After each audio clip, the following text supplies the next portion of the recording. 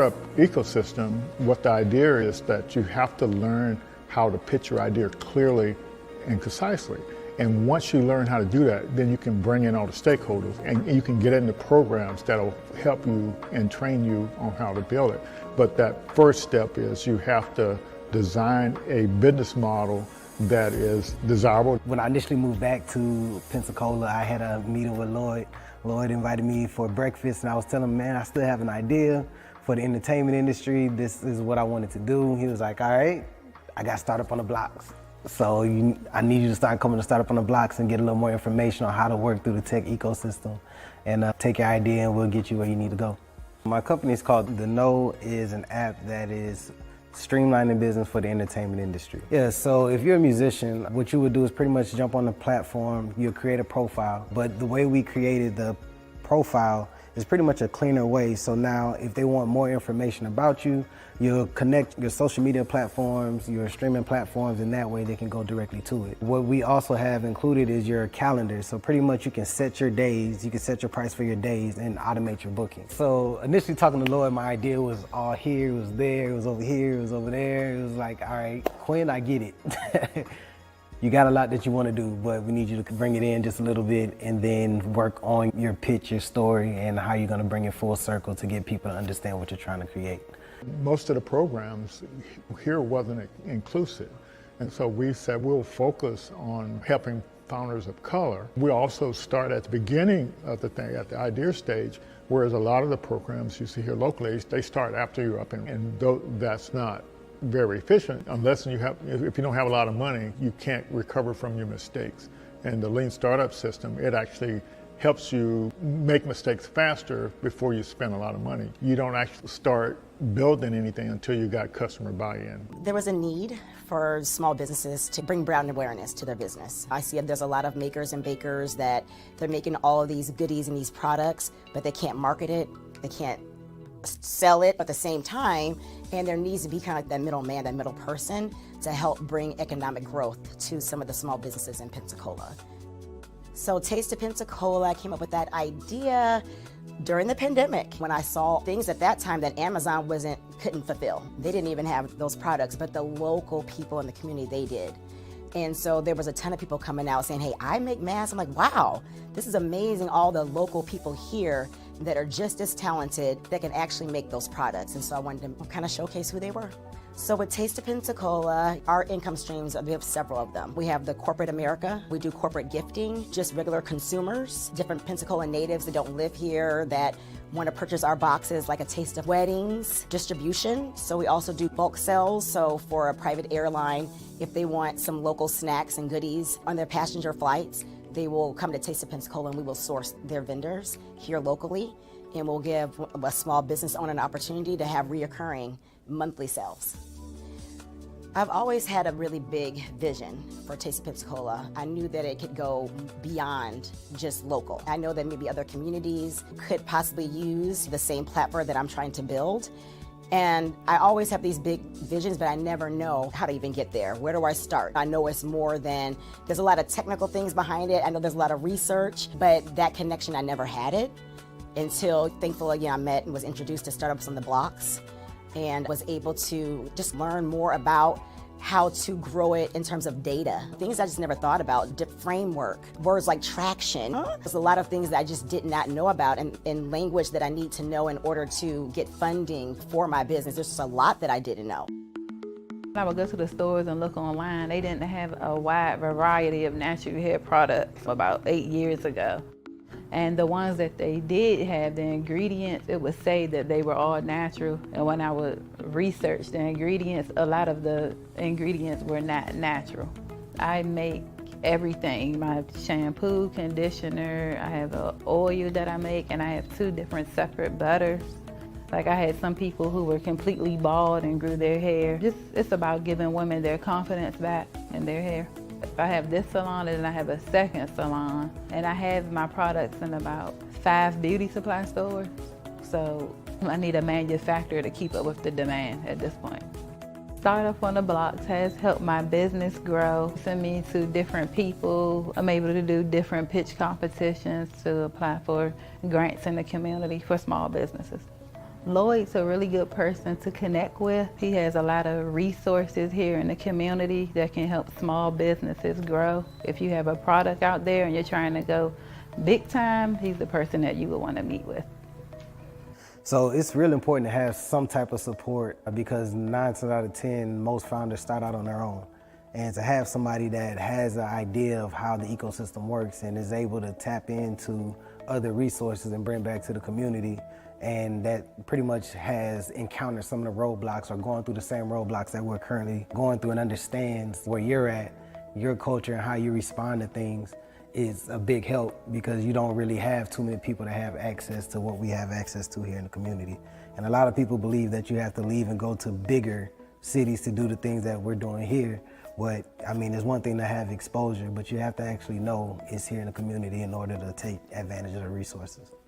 So I get approached and I talk to friends all the time that wants to either start an idea or hear that I'm actually doing the app and wants to know more information about how are you doing it or what's the process, what's the path. I'm like, man, we have somebody here, Startup on the Blocks, Lloyd Richard, and Lloyd is here. He's a great resource to the community and to founders that's trying to learn the ecosystem. So join Startup on the Blocks.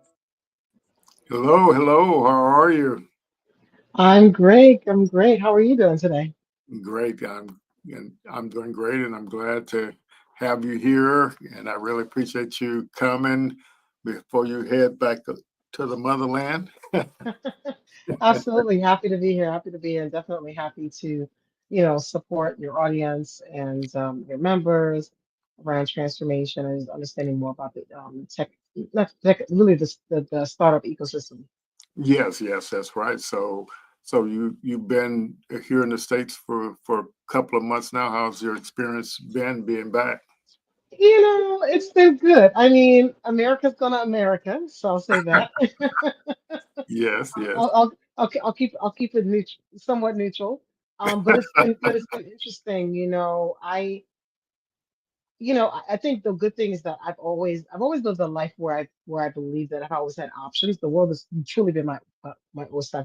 Been traveling internationally since 1978. Okay. So I've always seen the world as being an option for me, and so I just happen to have a lifestyle that aligns with being able to take those steps away. I know that's a privilege that everyone does not always have, but I will say that I'm hoping that the current climate and just the way the world is moving, that people begin to see the possibilities for them to have a better life wherever they are. And sometimes wherever they are might mean going to another place, short term or long term, and seeing how that looks for them. Yes, yes, yes. And we'll go ahead and I'm going to share my screen so we can thank our sponsors. But why don't you go ahead and do a quick intro of yourself while I'm doing that? Sure, absolutely, absolutely. So my name is Takeyah Young. I'm a creative and industrious thinker. I would say a creative strategist. I am the person who you come to if you are having challenges around how to figure out how to move your organization or business around your operations and your technology. As you can see on the screen, I offer project management consulting services as well as digital transformation services to organizations. Typically, my ideal clients are typically those that bring in 1 million up to $20 million a year, but I do offer strategy and coaching services for smaller businesses as you begin to build because I love the startup space. I love small businesses. I love small Black businesses and love to support them with technology as well. But essentially, people come to me when they're looking for clarity, confidence, and transformation in their businesses, specifically utilizing technology. Yeah, we definitely want to kind of peel that back a little bit to see how you got to this point. And I know it's definitely got to be exciting to be able to work from anywhere in the world and work with those type of clients and everything. It is very, very exciting. It's an intentional decision. I started working remotely in technically 2007, 2008. So when the world, unfortunately, due to the pandemic, had to then begin embracing technology and working remotely, even at the time, I think I might have even had a full-time contract. It still was a smooth transition for me. So I definitely think it's something that I think is possible. Everyone's Yeah, not able to do it, but it's definitely a possible opportunity for people to embrace. Yes, yes, and yeah, and also I guess we're connected in a couple of ways. You know, I guess they were connected in a lot of ways, and don't I didn't even realize it. I But know. yeah, so I met you through my daughter, Natalie, and Yeah. yeah, but I didn't realize even before that we both were our businesses are a member of the Black Innovation Alliance, and I didn't even realize you were a member of that to this year. Yes, I know, I know. Such a small world. And it's so interesting because Natalie and I, we became friends. She kept saying, you really should talk to my dad. I said, sure, I'll talk to your dad. But then, of course, when we saw each other in Sierra Leone, we were there for a festive time. Wasn't the time to talk about those kind of things. And then finally, it was such a pleasant surprise to see you at the Sustainability Summit recently. So that was a great surprise, and I'm glad to be able to kind of bring it full circle and be able to have this Yeah, conversation yeah, as an entree into our relationship. yeah, yeah. And then I found out through LinkedIn that you know the Goody Nation folks, Joey, them up there in Atlanta. Yeah, Yes, yes, yeah. So I yes. said, what a small world. Yeah, Yeah, yeah. The experiences I've had and just, between traveling, whether it's for work or for pleasure or just networking, I'm always amazed at the different intersections of people. I always tell people that, people talk about 6 degrees of separation. I often will tell people with me, it's like 1 degree of separation when it comes to people, whether it's because of, alma mater, the HBC experience, traveling. There's always a degree. It's like one person away from others. So yeah, it's yeah. always good to live a good life and to make sure that I represent myself well. Yep, that's exactly right. Yeah. So next, I want to just give a little shout out to some of our partners and sponsors as well. And so we've been trying to grow what we're doing through partnerships through the Blacks in Technology Foundation and also the Black Innovation Alliance and Goody Nation. And so those are some of the organizations that focus on on Black people and Black founders. But also here locally in Florida, we have the Black Innovation Leaders of Florida, and most of us are member of the Black Innovation Alliance too. So Mhm. that's pretty neat. So, what was your connection to Good? Did you have it go through their program and all at Goody Nation?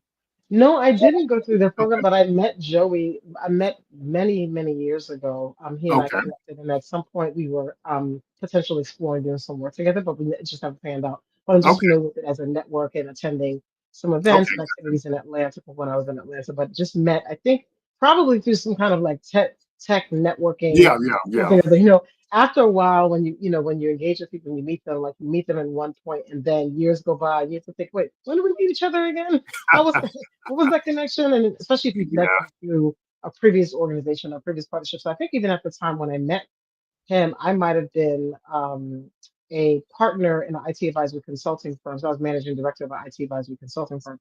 I think that is when I met him, but I Okay. don't remember. I got to look back and look at my notes. Let's see.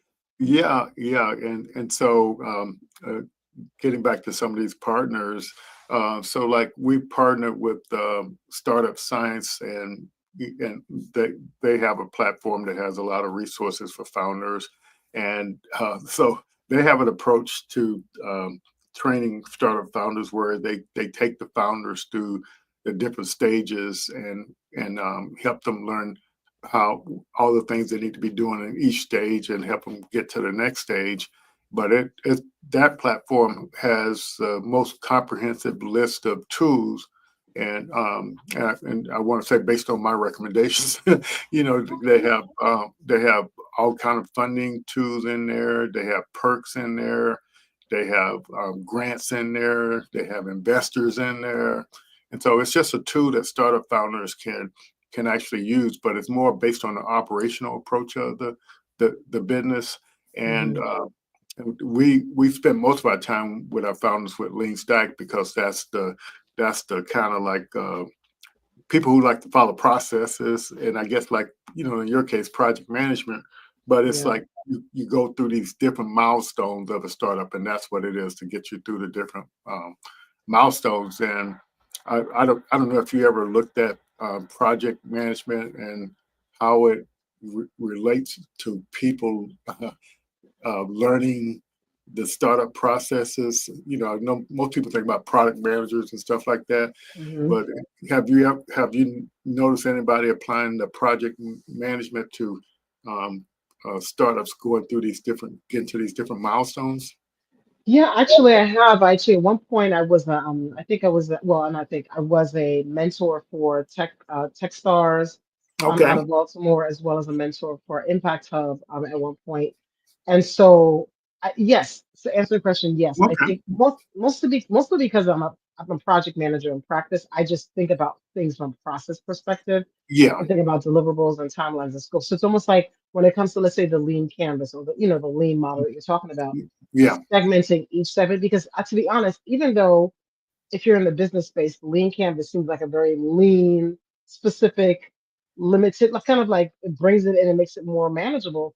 A lot of people get overwhelmed even with the lean practice, mostly because each section requires you to really think a little bit differently and to Yeah. think about, your business. So I think a lot of times when it comes to the lean canvas, let's say, for lack of better terms, I know we're talking about different models that are lean, but I would say that if you apply project management principles and ideas around scheduling, scope, budget, things like that, and what it looks like for a business to go from point A to point B. Each individual segment requires a particular amount of time to Yeah. get to the next phase, and it almost like they feed into each other. It's similar to a project, right?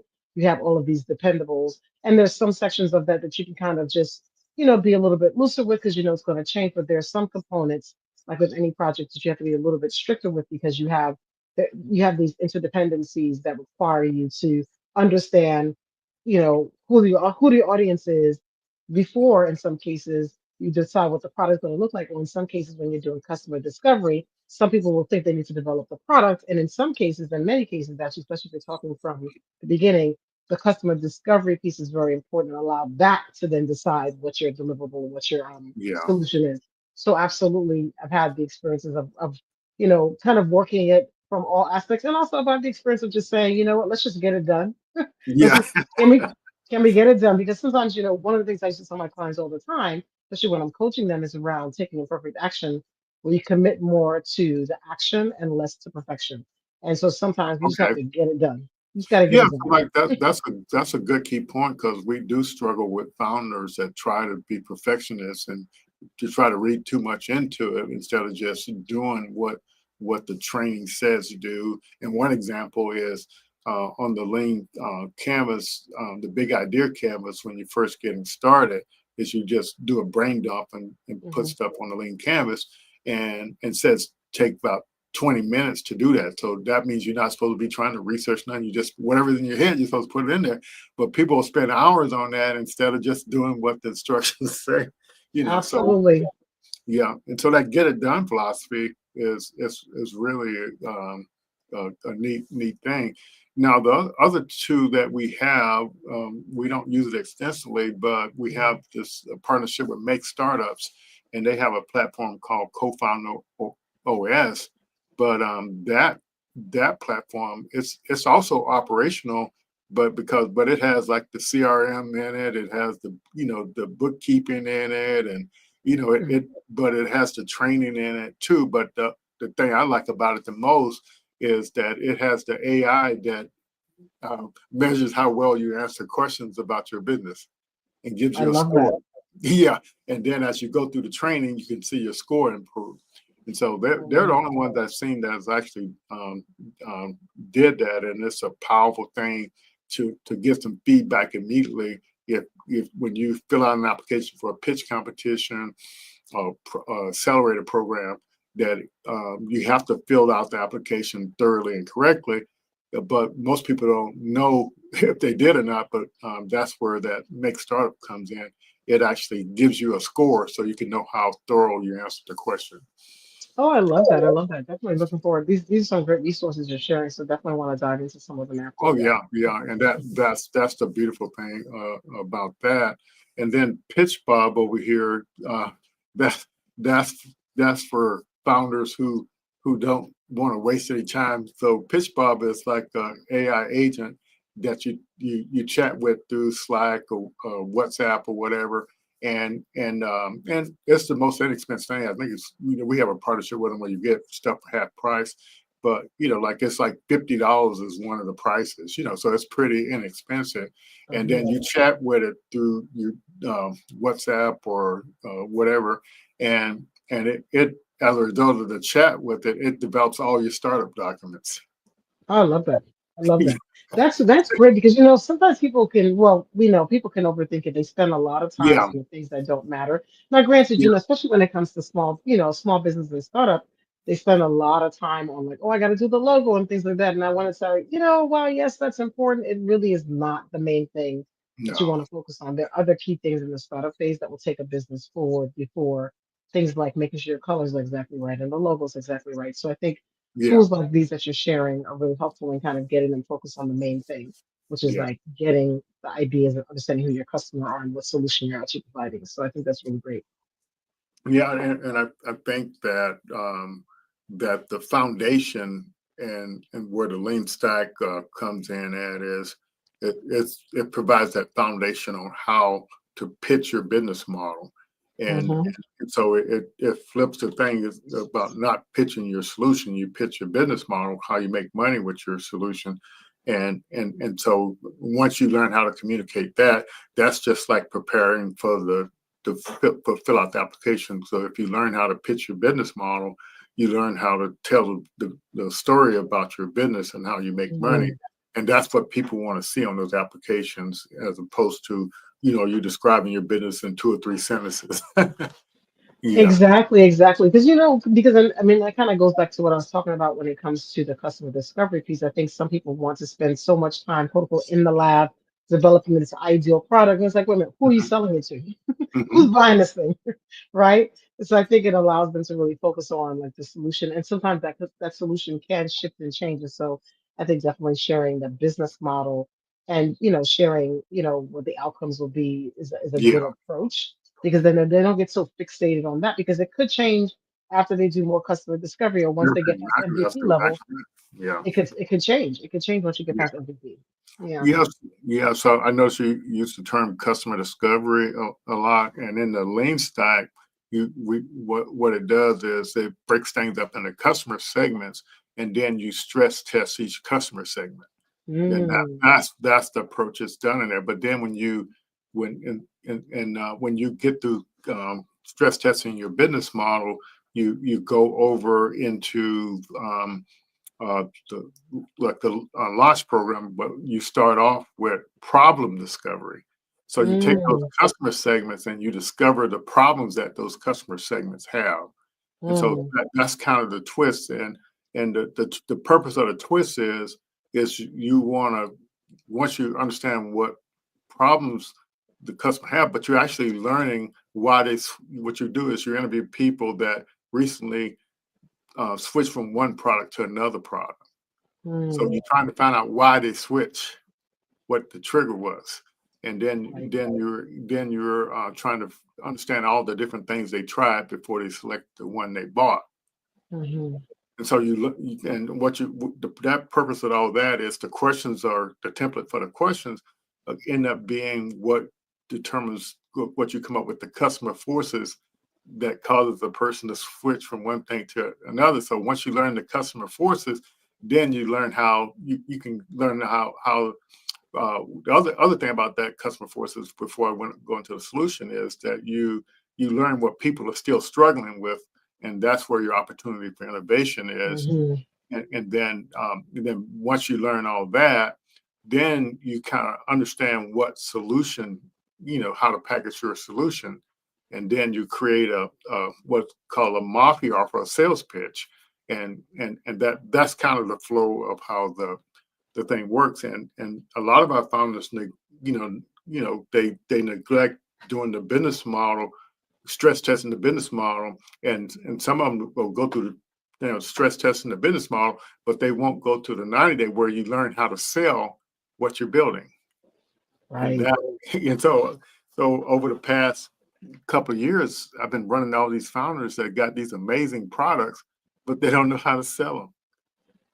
And that's important because at the end of the day, it's not really a business unless somebody's buying it, right? Yeah, that's exactly right. And I'm saying people that are literally brilliant, and Sure. and that's painful, and to see founders struggle because they won't take time to learn how these about these customer forces and Hmm. how to sell it. But anyway, these are some of our sponsors and some more of our partners as well. They provide the funding for most of the training programs that we have, and so we're definitely appreciate that. Yeah, Absolutely. yeah. And so I did want to announce that we have a, a cohort coming up that's starting on the 12th, I believe. Oh, yeah. So a week from this coming Tuesday, but we have an info sessions next Tuesday as well. But it's a chance for the founders to take the business model design course, and it's open to folks all over the world.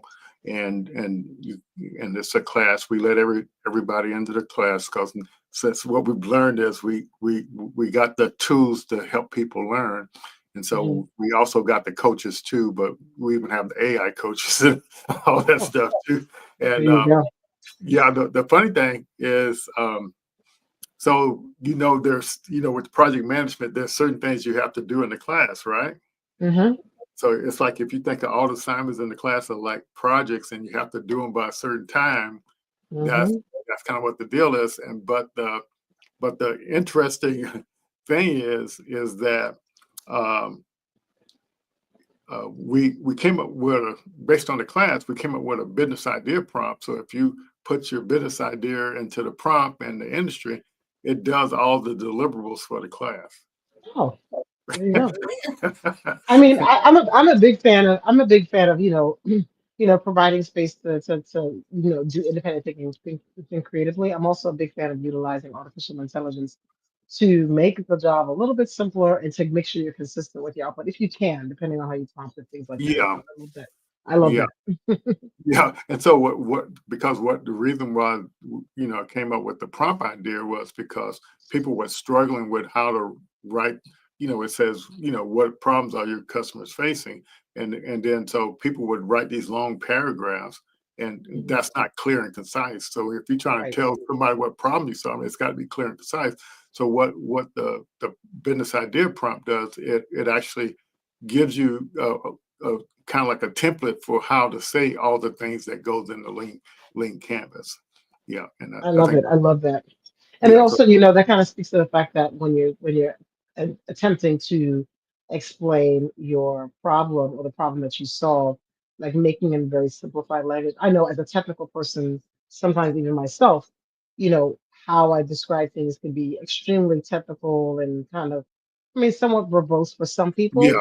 And so just remembering to keep it as simple as possible so that, you know, your first of all, your customer understands because it's one thing to have a solution for your customer, but if you're speaking in a language that they don't even realize you're talking to them, that's a problem. yeah. And so the idea when you have an idea and you're starting from zero, and you're solving a big problem, you're going to need some help. So you have Hmm.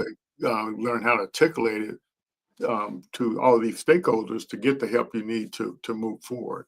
And they only speak the language of the lean canvas. So and so you have to learn to speak that same language. And that's kind of what the whole idea of this particular cohort 6 that we're starting on the 12th. And the magic about it is that the class starts on the 12th, but you could have a check for $1,000, a month, 30 days from there. Love it. Yeah, Sounds and fabulous. so I like it's just motivated. kind of yeah, it's a kind of a straightforward. And if a person is willing to learn the material, they have a good foundation, not for just this $1,000, but all these other programs out there that gives you tens of thousands of dollars or hundreds of Mhm. thousands of dollars, and that's what we're trying to accomplish with that. Yeah. So yeah. Love So that. we do this program every Thursday, and we're well over, I guess, on August 13th, it will be our 5th anniversary of doing the Startup Founders Best Practices. And we missed one scheduled event in those 5 years. And so, Wow. yeah, we've interviewed a lot of founders, well over 200 founders. And so it's just, we want to make sure people out there if they have questions about business related stuff, they know where a place they can actually check in but we have the resources and so it's just up to the people if you actually want to take advantage of the resources that are out there. And like I said, these are the platform we use. I didn't mention the patent hacks, but anybody who wants to learn about patents and trademarks, we can give you access to that platform as well. We have AI agents for that as well. Yep, Love that's that. yeah. So that's called we got that through the Black Innovation Leaders of Florida, and we're one of the innovation hubs. And if you go to our Get Started page, you can get access to that. And one thing that I've noticed in all the programs that we have is that folks are not taking advantage of the AI agents to get their questions answered. They'll wait to talk to me or one of the other coaches, but the agent knows all about what to send to class. So why not just ask the agent at any time? Yeah. Wait a minute. So what do you think is the breakdown there for them? What do you think is the breakdown? Well, it's just not being familiar with what all AI can do. Mm-hmm. And so what all these large language models can do, and it's just developing a habit. I think it's all it is. Got it. Yeah, and you know what? It is definitely a muscle. Like I'm accustomed to using certain technologies and allowing them to support me. But like, if somebody's let's say a founder with a great idea, but they're just not used to using technology in that way and really engaging in technology there, because I Mhm. feel like AI is a tool, so you have to really be in that creation space. And if they're not accustomed to engaging with the technology from a creation space, I can see how it just can be a little bit intimidating or scary, which is why I do the work that I do, right? Something kind of eases them into Okay. figuring out how to utilize and understand how to utilize technology and how it really is a tool for their betterment. And so I can see why people might be a little bit hesitant and think, let me just ask so and so. Even though, all of the information and the model is already there. The information, like you said, is already in. It's like the answer's there. All you gotta do is ask it. Yeah. So my big eye-opening moment, I was using ChatGPT quite a bit, and I've been working with AI since the 90s, but more on engineering stuff. And so uh, so I was reading this article, and it said 100x your business with AI, and I'm saying I never thought about applying it to business stuff. and so the first thing I did, we were teaching class, and I was struggling with the founders and helping them understand some of the concepts. And so this is the simple thing I did. I just asked ChatGPT, "Are you familiar with the lean canvas?" And it said yes. And then Hmm. I gave an example business idea and asked it to create a lean canvas. And Hmm. then it did. Then I say, well, and it was what was crazy about it. It was a day we were having a demo day where it probably was our second or third demo day with Blacks in Technology, and so I did it for one of the founders pitch, and so I said, I kind of gave it a short version of what the idea was and what the solution was, and Hmm. I had it I asked it to do a lean canvas for it, and then I had the template for the pitch. So I said, could it actually create a pitch based on this template, and it did. And so I reached out to her, and then I sent an email out to all the finalists, and I said, run this prompt with your business idea. And three of the founders actually reached back out to me that day, and we went over what the prompt was all about and what it said about their pitch. And all three of them won the pitch competition. Wow, wow, And, that's that, powerful. and that's when Powerful. that's yeah. I said this is, and that was like in 2023. I said, wow, that's pretty fantastic. Hmm. Yeah. Absolutely, that's amazing. Lloyd, give me 2.5 seconds. I just realized Go my right, device is not plugged in. So I'm go like, wait right, a minute. go right Give me ahead. give me 2.5 seconds. All right. I can show a couple of things here. Yes, thank you so much. I'll be back. My Okay. apologies. No problem. Yes, so so we want like to make sure founders understand the stages uh, of building a startup, and these are just some. Here's a look from Startup Commons, and so and so what the point of this thing is it just shows you when you have an idea, it's way before you actually launch, and the ecosystem starts helping you way before you launch. And that's what we try to communicate with these slides. And then Mhm. this is the one for startup science. And it kind of takes you from the vision to the exit. So it takes that approach. And I love then that. the lean stack, it's more about reaching these milestones. So this is a traction roadmap, and these different colors sort of separate some of the milestones I in love there. that. Yeah, so that's what I like about the so Ash does so when you think about project management, these milestone like problem solution fit, most people probably never even heard of that. And I think here when you do your business model, that's called founder model fit, and that's a kind of a I know that's a kind of a term people don't hear, but literally you're trying to get through these milestones, and then and that's what I like about your project management background, because you literally have to think of it in that way to kind of get through these. And so, so you see here, this the business model design at the bottom, then the validation, Hmm. and then the growth. And so this problem solution fit, that's the result of going through our 90-day program. And we got one of those coming up in starting beginning of September. And so that's the one we're teaching you how to sell. And so, but you have to take the 30-day program first in order to take Hmm. advantage of that. Absolutely. Yeah. I So love I love that. I love that you all are doing it that because I think businesses do have to understand that. I mean, I'll say this. Have there been businesses built by skipping a whole bunch of steps? Absolutely. Sometimes yeah. you have to take imperfect action, right? Mhm. Sometimes I definitely there are times when I've done stuff and like, okay, then I have to backtrack or just, work it out. So I think that's very natural and reasonable, especially if someone, let's say, for example, has a really good connection, and all of a sudden they get this contract or they get somebody who wants to use their service. Well, yeah, you're not probably going to turn down a 27,000, $30,000 contract because I'm like, wait a minute, I didn't do my canvas yet.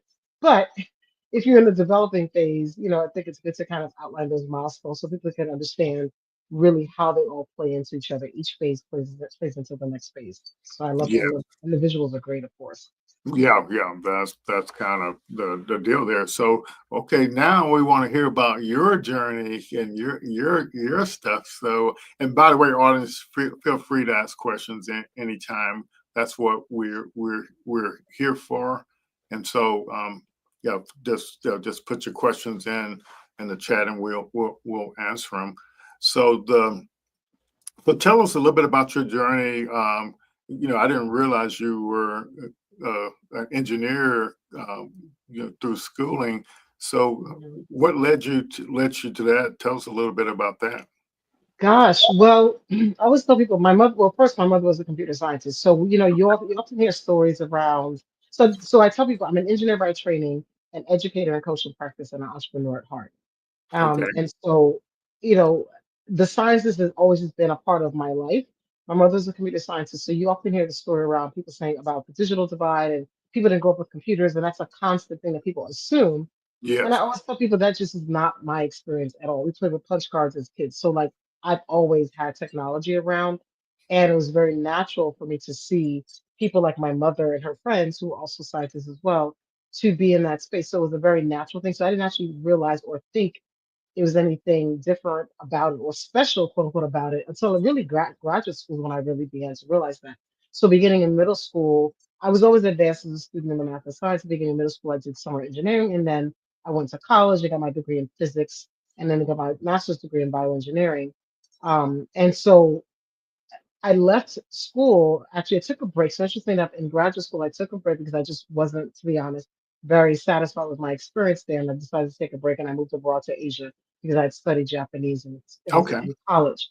And so in that time, the reason why always bring up that break for me, as well as that what I did, was Uh, because one, let people know that the pathway there is not always going to be straight, right? I have yeah, a very curvy, swervy, like circling back around kind of experience when it comes yeah, to where I am now in terms of my career and my life. But one of the really pivotal breaks was when I took a break and moved to Japan. And I was just yeah. teaching English. I wasn't teaching math or science. I wasn't doing anything STEM related. But that particular experience allowed me to see that I understood more about education and training. And I didn't know that I even had that skill set or desire. And so Uh-huh. what happened was, in parallel to that, I actually went to nutrition school because I was just personally interested. So everything I've always wanted to do, I still explore. So I Okay. came back to the country, and in parallel to finishing graduate school, I was in nutritional school. And then once I left, I ended up having for 10 years a corporate and community wellness company called Core Connection Lifestyle. And in parallel to that, then I was teaching mathematics at the college level for 11 years. So I had these two very separate roles. People either knew me as like this health and wellness, like yogi person, or they knew me as like STEM girl. And so eventually I decided to bring those worlds together Wow. after Okay. teaching those core connection lifestyle. And what prompted that was that I just really wanted to challenge my brain differently. I wasn't a practicing scientist per se, but I was really interested in technology, and I've always utilized technology. It's actually one of the reasons why people began to come to me for business coaching, interestingly enough. I didn't start out wanting to help people around that, but I often would utilize technology really effectively in my corporate and community wellness work. And so as a result of that, people just started coming to me for support around their businesses. And so Yeah. I helped a lot of, I would say hundreds of people either launch or expand their businesses around health and wellness space. And then because of my work there, I began to realize, oh, I really I know what I'm talking about here. I began to incorporate the technology, and then I decided to dial into the project management aspect of that work. So really, this kind of like roundabout way that Hmm. got me back to like the STEM and the tech aspect. And then I've always just been very interested in innovation and science and things like that. And that's really what excites me. I'm the kind of person that no matter what, I'm always wanting to challenge myself. So then I started doing more certifications. I think I got a project manager certification from Johns Hopkins, and just started doing different trainings just to really exercise my brain and then begin incorporating it into my work. So it kind of shifted from general coaching to like business coaching, then project management. Then like I said, was managing director of an IT advisory consulting firm. And in that practice, while we were doing the IT advisory consulting work, we also in parallel, through that organization, had launched an apprenticeship program to support women who had been out of the workforce to get back into the workforce through technology. And so some of our clients there, we figured out how to, support them through workforce solutions and doing tech sector convenings. And so I began to understand like the ecosystem aspect of Hmm. technology. And so the combination of like project management, ecosystem building, and then my desire to support entrepreneurs and moving forward, all of those came together to where I am now, which is, as you mentioned, still doing project management consulting, supporting businesses and moving forward. And then, to be honest, I went to Lincoln University, which was established in 1854 as the Ashford Institute. So I'm a big HBCU fan. And so Okay. one of the things that I'm really passionate about is really supporting institutions, specifically HBCUs and minority serving institutions around their technology and transforming their ecosystem so that they can have better back ends to make better decisions for their students. And so the combination of that interest is what got me into things like I ended up becoming the director of technology transfer for a big research university, which wasn't even a position I was looking for. I was actually out networking. At the time, I was actually in a tech incubator. And Okay. while I was out networking for this tech incubator, working on a tech startup, someone recruited me to a role in technology transfer because I was interested in it. And so Yeah. that led me into just understanding more about the licensing aspect, commercialization of technology. So all of those things came together to where I'm now. Whereas when I meet people and meet organizations, I have a range of different like tools to like tap into. But ultimately, it's around clarity, confidence, and transformation around technology and mindset, specifically around innovation and moving oneself forward. Because at the end of the day, especially when it comes to Black folks in particular, we are not a lack of genius. We have it. It's Hmm. no Look at all the inventions that we have. We're not a lack of genius. Oftentimes, we just don't have the insight and information to move it forward. So I think that's really I'm all about moving forward and being kinetic in the things that we're doing versus being in that potential energy space. The potential energy is good, but my engineering side won't let me stay there. I have to get kinetic. So that's kind of I like this, this, with the project management, we got to get it done, and I can see that, I can hear that in your voice, and I think that makes the difference when you're trying to move things forward there. Yeah. So absolutely, absolutely. yeah. So, but um, and all the stuff that you do, what how does all the project management fit in? How key is it to all the stuff that you do? You know what? I can't even let the project. I mean, I project manage in everything that I do. Even when I tried, Okay. even because I sit on technically three boards, but in two of the boards, even when I go into that board work, I end up Yeah. serving as a project manager. So in terms of what I do, when the project manager comes in, even if an organization contacts me and hires me, let's say for strategy to help move a project Yeah. for a strategic planning perspective, I often will think about, well, where's the project plan? Like I often just ask those key questions, Yeah. and then sometimes the scope of the work has to change. It has to change Yeah. because we have a full plan in place. A big part of the project manager comes in when it comes to documentation and the technical writing, because the documentation is a really big part of businesses, especially if it's a technology-based project, but really across the board. Because Yeah. how do you know what decisions were made? Do you have a decision log? What's the communication plan? How are you communicating this information out to your team? How are you communicating the information out to the public?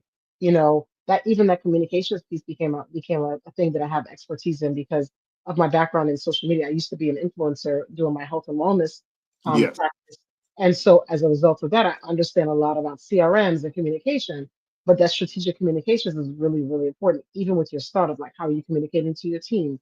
How are you communicating to your consumers, and to your customers? How are you communicating to your funders and things like that? So I feel like the different aspects of project management, it's almost like it lands itself appropriately, and then depending on where the client is, you implement it. For example, I had a project recently where they wanted to implement some work around building, data resources. But then Yeah. once we began to talk with them and try to gather the information, okay, well, please send me your data documents, some of your data governance documents. They didn't necessarily have it. So then it said, okay, well, let's dial it back. Now we have to dig into like how are we going to move this project forward if we don't have any documents for data? So we have to kind of build in training. We then have to Mhm. like dial it back and figure, okay, what are the bare minimum deliverables that we need for the team to have so that we can move it forward? And sometimes we have to just do that. What's the bare minimum that we need to move it forward? And then as a project manager, put on that hat to decide, okay, these are all the possibilities of the deliverables, but which ones are key? What does it fit into the timeline? And then especially if it's a funded project, how do we get it all done before this project ends and this money goes back to where it came from? Yeah. That's really fantastic. So Yeah. yeah, so like to me it's pretty amazing all the variety of background that you have and how it all came together for you to develop this consulting business working with a variety of clients. And so yeah, so I've heard so many things, and It's a you're lot. I've done a lot. I've done a lot. I've done a yeah, lot. yeah. So if you're all out there, you look up the kids LinkedIn page. It goes on for ever and ever and Yeah, ever. and actually, I need to update. Actually, the funny thing is that just today I was telling someone, I said I need to update my LinkedIn because I want to just bring it in a bit because it is quite a bit. Because the thing is that at one point, so I got on. So interestingly enough, I got on LinkedIn. I would say maybe somewhere around 2005, 2006. I've been on LinkedIn. Reason why it's so expensive is because I've been on LinkedIn for a long time. Yeah. And interestingly enough, I got on LinkedIn. A side note, I got on LinkedIn before LinkedIn was the professional network that it is now. Yeah. At the time, I got on LinkedIn when it was a place to gather for the Miami Winter Music Conference. That's how I got on LinkedIn. It was a place for groups to gather before a lot of these grouping platforms existed. Yeah. LinkedIn had a group component, and that's how I got on LinkedIn. So I utilized it in one way in the past, and now I'm utilizing it, actually transitioning to utilizing it differently. So interestingly enough, don't be like me, y'all. update your LinkedIn profile because now I need to do the same thing actually. Yeah, yeah. And so you've I noticed you've got some type of White House award. Yeah, there was it was HPC, not HPC, but it was a White House Summit of Women. So women were invited to pitch, or people were invited to be nominated. So I was nominated Okay, for that. This was years ago. This was, I think, during the Obama administration.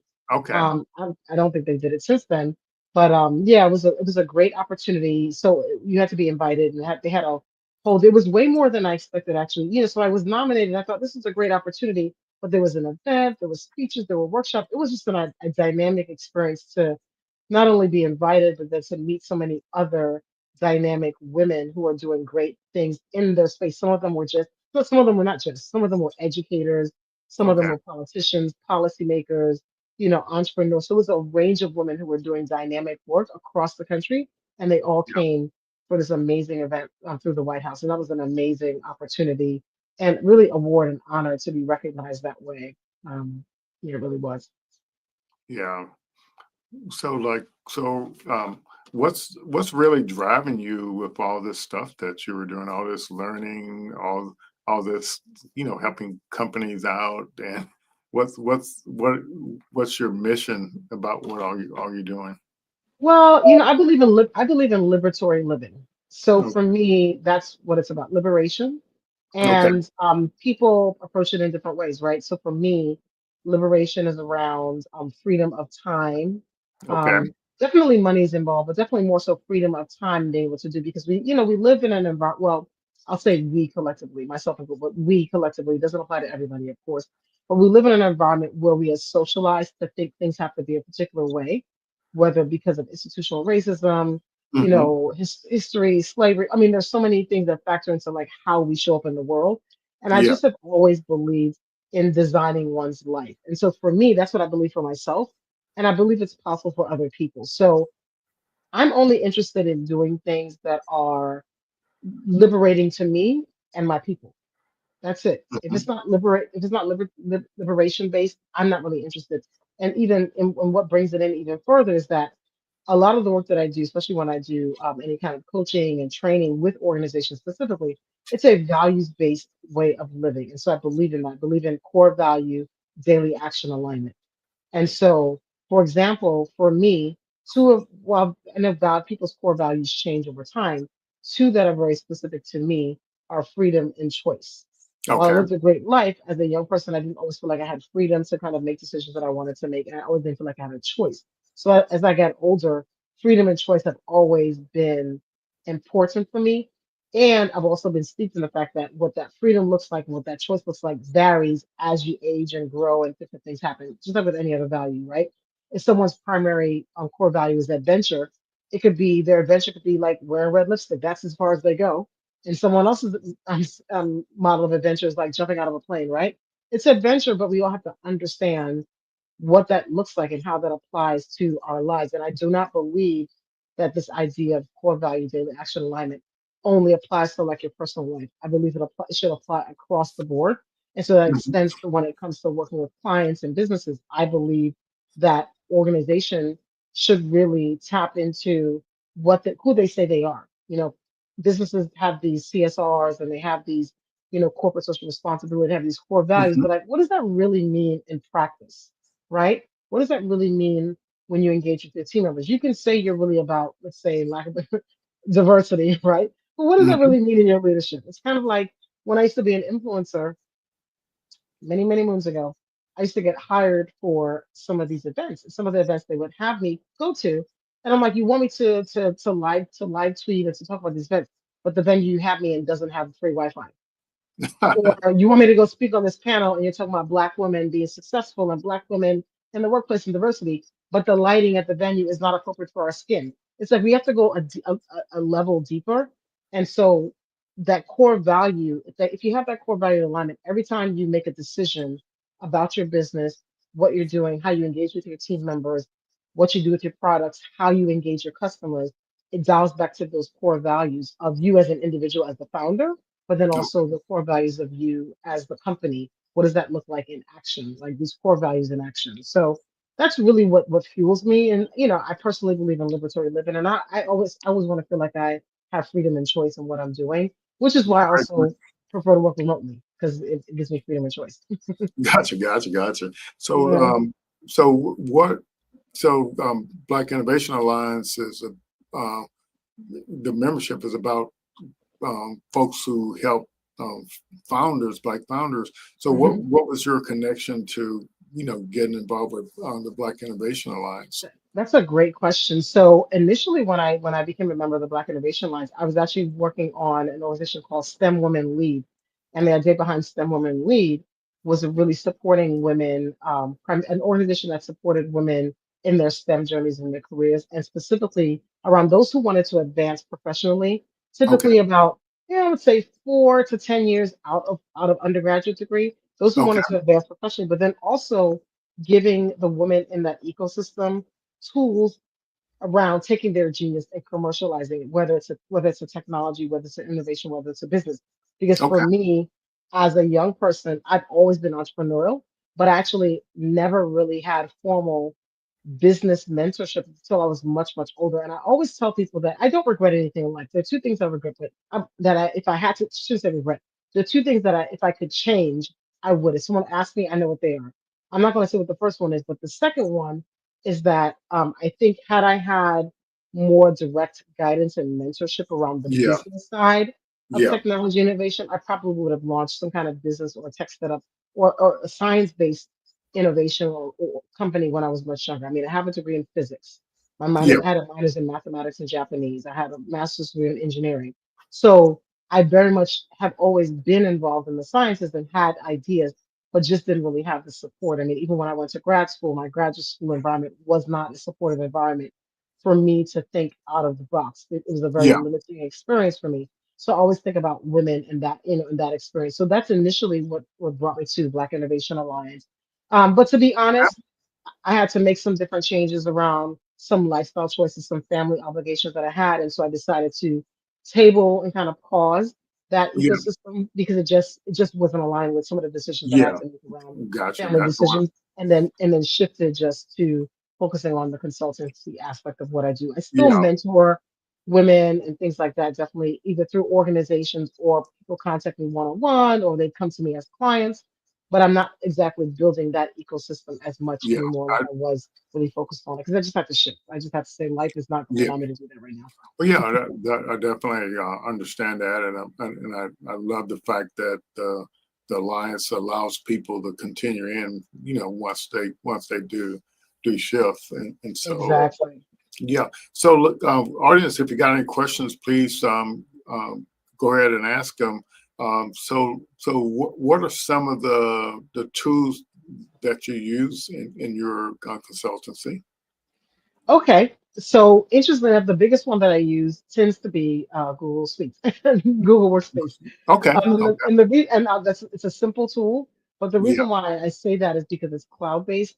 Yeah. Sometimes if I have an institutional clients, I have so because of I work with institutions, sometimes I end up having and I'm a little bit flexible around that. Sometimes I actually just have to utilize whatever tools that they have They because have. it's Yeah. because it's enterprise. They have enterprise. If they're I'm not going to name any systems, but if they have particular systems that they Yeah. have, I have to dial into whatever they have and utilize it. Yeah. So a lot for a good portion of my work, I'm somewhat agnostic when it comes to technology. Okay. The kind of person that learns tools pretty fast. So I've had I worked with a client one time that was a digital consumer intelligence. I had to learn their platform in order Yeah. to help them. I mean, within like 30 days, I learned their platform. So, I'm the kind of person that's always learning new technologies. Yeah. I understand Python. I understand, some of the technology, how to code. Tableau is a tool that I use. Power BI, sometimes if that's the platform that they use, but Tableau is one I'm familiar Yeah. with. But a lot of it's from a project management perspective, of course, Asana, there's Trello, depending on where the client is, because I'm the kind Yeah. of person when it comes to project management, Yeah. I don't want to have to force, I don't have to spend time to train them on how to utilize the tech project management tool just to get them to their endpoint. Sometimes I Yeah. say, "Okay, what are you all using? Let's figure out what are you using, what is your team using, and I try to go there. But the reason why I mentioned Google Suite or Google Workspace initially is because it's in the cloud. It's simple for people to access. I have better access to it, and then a lot of the templates and things I utilize are built in there, and so it makes it easy for me to share out. Whereas sometimes when I'm inside someone's system, that means I have to be internal. I have to get a log into their system. Then we have all these sharing issues, and then they're concerned about data and things like that. So I try to figure out a way to utilize technology so that I'm not housing anybody's data or information within my Yeah. system. At the same time, from a manager perspective, I can then manage externally, and then invite them into the things that I need to invite them to, and then share them. Especially if I'm working with an organization that has other external partners, and they're not used to sharing tools. I want to get the client out of trying to manage projects by email, which is the Mhm. big thing, or manage projects on that desktop. So someone has an Excel file that they're the only one with an access to it, which happens quite a bit. And so it's like, yeah, this is great. You're managing it, but you're the only one who has access to it. How do we get that from your desktop so that the rest of the team members see it, so that you're not sending version 10.11 through email and someone is updating the wrong version? So I try to get people to a cloud-based component without it being too cost prohibitive or something that's too scary for them. And I feel like Google Suite, to be honest, for those who are using some of the systems that people know, these legacy systems, it's kind of similar. It's just in the cloud, right? Hmm. Yeah. So yeah, so when I was going through your website and Mhm. profile, I don't know how this came up, but I saw something said something about something called Contra, and I had never heard of that. Or Oh, uh, Kartra, yes. So yeah, yeah, Kartra actually, yes, yes, yes, yes. So Kartra is another tool that I've used in the past as well. Kartra is just I mean, I'll say for lack of a better term, it's a CRM, but okay, it's really, really it's a great tool. So I find that so you could use it in many ways. There are different aspects to it. You can use it to manage groups. You can use it for product sales. uh-huh, You can use it, for example, if someone, let's say, has a digital product and they need to distribute it, it's a great way to do that. If someone has a training platform, kind of like a Teachable or things like that, they yeah, can basically manage all of their client access points through this. So you can have different user stories. So, for example, I have a business that I frequent and utilize quite a bit of their services. okay, They utilize Kartra, but depending on which products I purchase, when I log in, that will yeah, show up on my dashboard. So it gives you an option to like segment who your user stories are. It gives you an opportunity to follow up. It allows you to do sales pages. So Kartra is an amazing, amazing tool. That's one.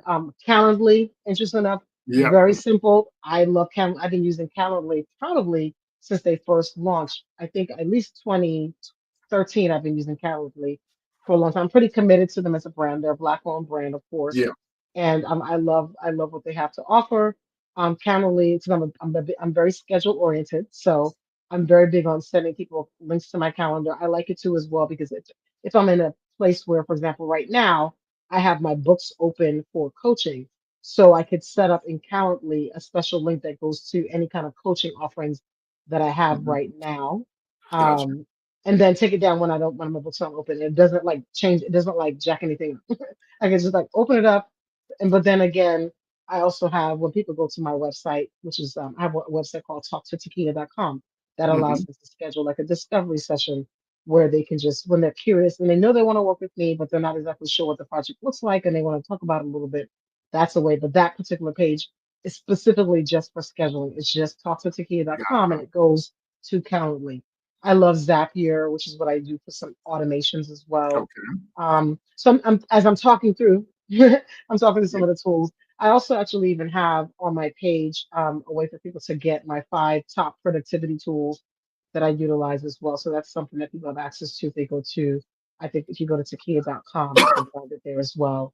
okay, Um, Oh, I see Tony Jefferson lived in Japan. Love to Tony in the chat. I'd love to hear what you were doing in Japan. I mean, I absolutely love living in Japan. I lived there from 2003 to 2005. It was life changing.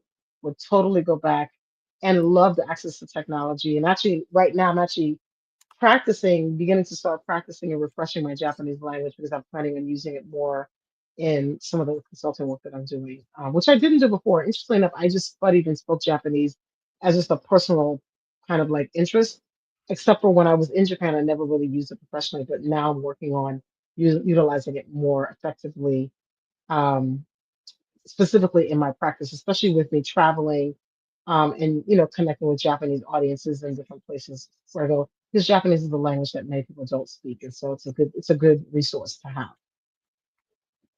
Great, great. Yeah. Yeah. I'll put your website in the chat too. I Oh just yeah. put your link down there. Yeah. Thank you so much. Yeah. Absolutely. Absolutely. Yeah. So And folks, if you got any questions, we're running out of time oh here. yeah, that's true. That's true. Yeah. I wasn't. I'm like too busy talking. I didn't see the time. Yeah, I love that, this audience, Jim. You have some amazing tools available for them, which I think is a really, really, I'm looking forward to diving into some of the tools that you have. Yeah. What for your audience, what do you, I know you mentioned, that you have the AI tools and some of the bots and some of the models available for them to access. And so sometimes a little bit challenge. What do you think, if at all, are Yeah. some of the project management challenges of your audience? Because I'm assuming some of the founders are probably still working full time and Yeah. doing other things. Yeah. I'm assuming, unless they're independently Yeah. wealthy, I they're got doing you're exactly right. Yeah. so tell me, Yeah. tell me some of those challenges and what you think Well, those challenges are yeah. there. It like so the biggest thing that I see is uh, so we're working with early stage, and we do occasionally get some folks that are getting ready to or doing some sales. Hmm. But the biggest thing is is prioritizing working on your business idea to kind of move forward, because if you don't prioritize it, you can't move forward. And so and what I sort of love about the project management aspect of it is, since the cohorts are milestone based, it's like it if we had more founders had a project management background, or if we had a project manager to kind of lead them through getting it done, I think it Yeah, would make a big difference. So one of the tools that I use, I haven't totally introduced it to the founders yet, is Taskade. I don't okay. know if you heard of that or not. Real fast pace. Yeah, TASKADE, and Hmm. it's like project management on steroids, but it's I love way that. more than project management. It's like um, I don't from teams of AI agents Mhm. to doing one prompt and generating I love workflows. that. Yeah, and so like we've been using the AI agent feature for quite a while. You can build a AI agent in a few minutes and Mhm. and get a web link for it and let people use it. And I so love that. yeah, so I love that. I'll shoot you the referral link. Yeah. But it's so crazy. They do so many upgrades, you can't even keep up with them. Wow. Yeah. Well, I mean, Yeah. so upgrades are good, but sometimes if you kind of get used to how something works when they upgrade, you're like, wait a minute, where's that part or where's that component that I like to use But this for? yeah, but it's a person like for you. You could literally set up stuff for your clients and Hmm. ship it to them. That's how the automated they got it now. I It, love that. it's rare. So we work. The reason why I like it is we work with founders. So let's say 500 founders in Task 8. I could actually set up a folder for each founder and keep track of their progress and because I all the lean stack stuff, since it's project oriented, I Hmm. have the templates for it there. And then we also use it with our the students that go through our innovation skills initiative. Same thing there. We can keep track of everything they do and, Hmm. and set up everything. And we actually have them do all this, create the projects and everything. Then I have love them, that. yeah. Then I can on my phone I can see what progress they're making real time. I love that. And kind of speaking to like where you're talking about the project management, the importance of it. I think the reason why having a project manager on one's team, even if it's fractional, right? Yeah, Someone, and which is, I mean, I offer fractional services for this express reason. People may not need me full time, but they might need yeah, support.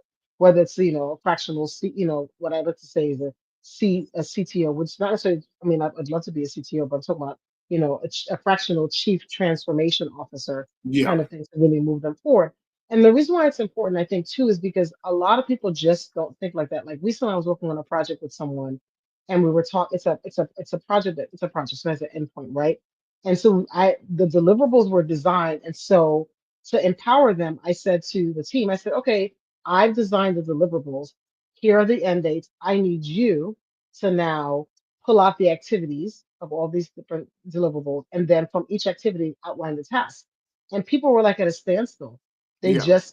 Their brains don't think that way. And I had to recognize, okay, so then I went in and did the activities and asked them to do, okay, on this particular, on activity A, please break it down. And even then, so then it allows people to then think about all the components, because I think sometimes two things happen. I think businesses will think like, oh my gosh, it's such a big project, I could never get it done.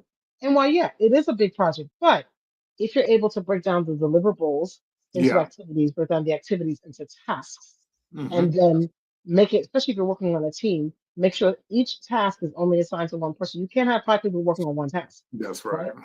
You know, we can't do that. So if you make it that everybody knows what they're working on, and as a business owner, then it also gets you grounded in the reality of what it's going to take Hmm. to move it forward. And then also for those who are working part-time, it also gives you an opportunity to realistically see that, okay, I'm not able to put 45 hours worth of work into this 15 hours that I say I have over the next 3 weeks. So Yeah. that means that my timeline, instead of being 3 weeks long, it's actually a 9 week project, not a 3 week project. Or Gotcha. you have to be realistic with where you are, or pull time away from one other thing to do this thing. Because at the end of the day, you can't, it's like, you know, energy. You know, the belief system is that you can either create, you can't create it nor destroy it. Same thing with time. You can't create it or destroy it. You know, it exists and we move through it. So I think it's Yeah. important. So like for businesses to understand that process, and a lot of them don't understand that process at all. And so a lot Yeah. of the work that I do really helps them navigate that. Yeah, and that's part of the magic of task aid. So, like, you know, it has the tasks that need to be done, but this, like, for example, the one of the first tasks activities you have to do is do the big idea canvas in the lean stack thing. Mhm. But so that's the task, and so, but what I love about task aid is you can click on that task or to the right of that task, and it'll list all the subtasks. Love it. Yeah, and or to Absolutely. brainstorm things to do about the task, and so that's the magic of it. You don't have an excuse for not knowing how to do anything. Right. And I think that's where we are right now. I mean, whether you use a specific tool like what you mentioned, Taskade, or whether you're using like artificial intelligence, you really just have to be open to the questions that you're asking in your Yeah, mind. yeah, Begin to ask them out loud. Like, but yeah, ask them out loud. You know, normally we might ask them out loud to a person, ask them out loud to the tool, to the technology, yeah, to the chat, or to wherever. Ask the question. Ask the question. Ask the question out loud, because that out loud question, it not only it feeds and it mimics yeah, your curiosity, but it also gives resonance to that, and it also like gets you thinking a little bit deeper beyond having it just mill around in your head, right? That voice and that resonance is really important from an energetics perspective, in terms of like giving voice to these things. And like you're not if you voice it, and voicing it by typing it out, it then allows you to then put it in a place where an answer could potentially come back. And yeah. then That's if you're right. not getting the answer back that you want, you're like, no, I don't mean that. I mean this. Then then you have clarification now. Yes, Okay. And then, okay, now that I got that part, okay, I need that part, but it's not specific enough. Break it down even more. So it really allows the user or the person creating to be in the true creation space of this world that we're creating. And that's really kind of going back to the idea about like this idea of creating this world. We really have we always have had the tools, but I feel like we're really in an amazing time right now where we can really create the world that we want to see. We have to yes. just be open to seeing the world differently and wanting a different world. Yeah, yeah, that's exactly right to move forward. Mhm. So, you got any takeaways you want to leave with the audience tonight?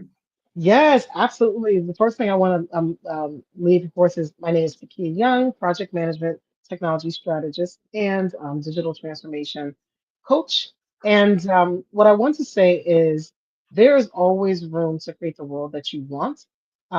First thing I think people should do is always tap into your values as an individual to understand how you can express those values on a daily basis with yourself, how you engage in your business, how you engage with your customers, and how you engage with people on a daily basis. So that's the first thing, daily action and connection to core values.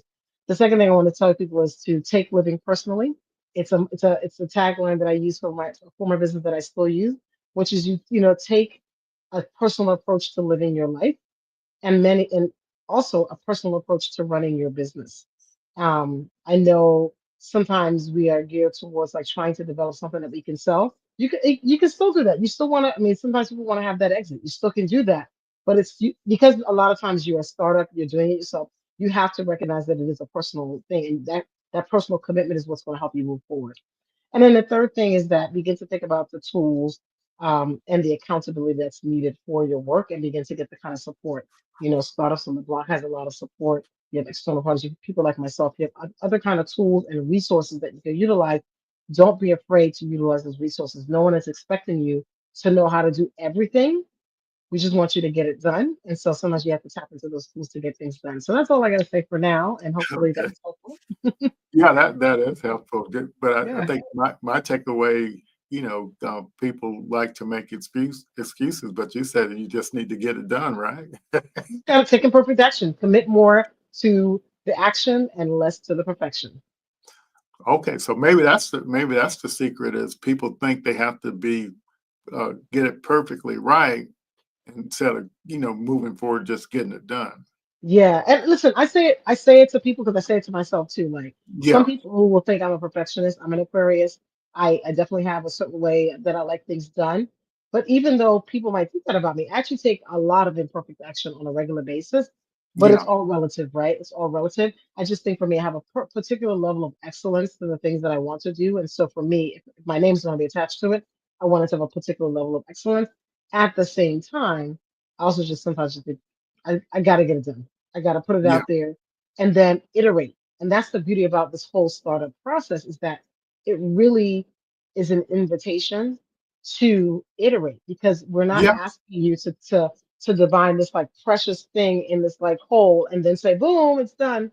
The idea is that you iterate. You have to iterate, and that's why I like the startup process, especially the lean startup process, is that it does invite one to take imperfect action because literally it's about iterating and allowing the experience and what you've done to move you from MVP to product. And then even when you start to sell, you might realize in engaging with those customers that you have to tweak it a little bit. So I love that process. yeah. That's fantastic. Okay, well, we definitely are excited to have had you on, and yeah. And so, where are you headed in a week or so here? Back, which country are you going to over in Africa? I'm heading to Turkey first, and then I'll be heading to Ghana. Okay. Okay. All Yeah, righty. Well, you have keep on with your adventurous life, and we I'll do my definitely best. appreciate you. And I'm glad we finally got a chance to get you on the program. And Absolutely. I'm going to stop the broadcast, but make sure you before you leave backstage that your file has uploaded, and I can send you a personal copy of your video. Okay, thank you so much. I appreciate it. It's been a great joy to talk with you and to engage with the community. I appreciate it. Yeah. Yeah. Appreciate you too. Bye bye, All right. everyone. We'll Bye see you bye. all next week.